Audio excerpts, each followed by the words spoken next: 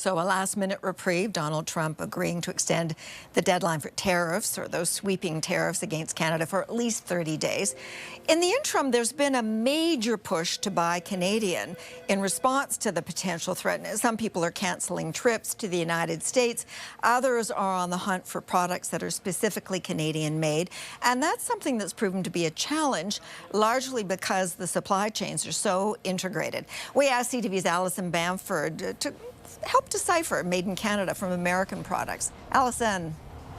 Sandy, buying Canadian isn't as cut and dry as it used to be, and it might require a little extra research depending on how much Canadian content you want in your products. Labels that say made in Canada mean at least 51% of that product's direct costs were incurred in the country. That could include raw materials, labor, or manufacturing. A product of Canada label puts the Canadian content at 98%.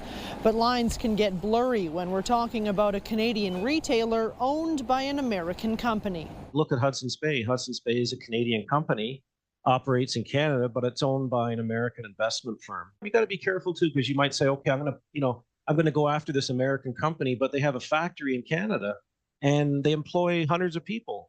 There are helpful lists circulating on social media that offer alternative brands to popular American ones. Old Dutch chips instead of Lay's, or Armstrong instead of Kraft cheese.